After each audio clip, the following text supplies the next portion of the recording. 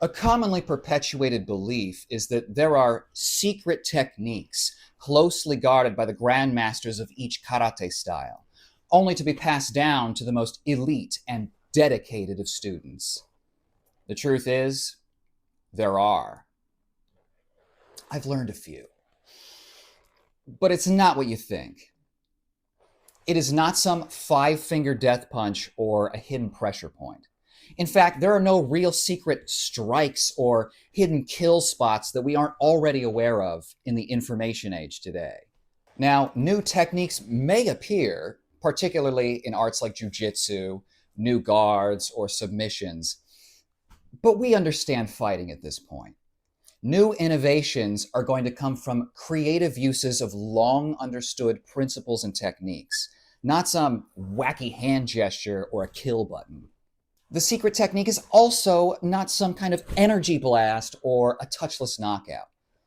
The only real conversation I ever had around chi was about breath control via the diaphragm, drawing the muscles in towards your hara, your center, as you breathe out in order to harden yourself against external force.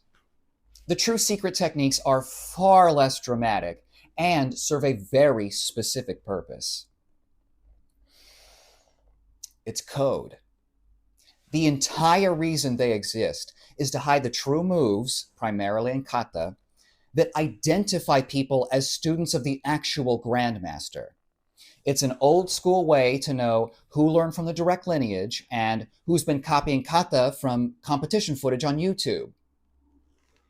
Now, competitors will already alter techniques to favor aesthetics and speed over accuracy or the true expression that the kata calls for. But what we're talking about comes from the top down. They usually go something like this. You'll see people with a tsuruken like this, but the true technique is with a single finger instead. Or the difference between two versions of anan, where the wrist is either cocked or straight. Some secret techniques are just one or two moves removed from the publicly performed version of the kata. But these still wouldn't be new techniques outside of the known curriculum. Here's the other thing. The version that is considered true changes at the whim of the grandmaster.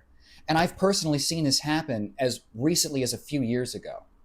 They're also liable to purposefully release false information in order to follow the leak.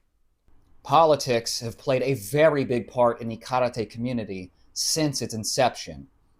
In fact, it was founded entirely for political reasons, but its practitioners have only become more opinionated with each new generation.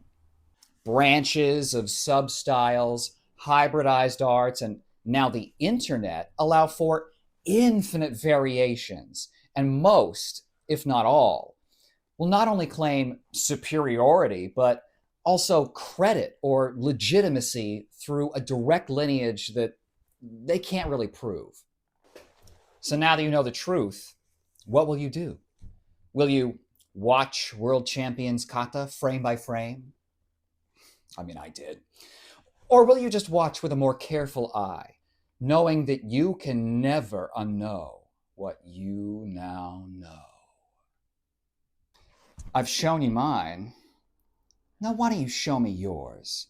I invite you, please, reveal your most carefully guarded secrets in the comments below. おーし。じゃあね。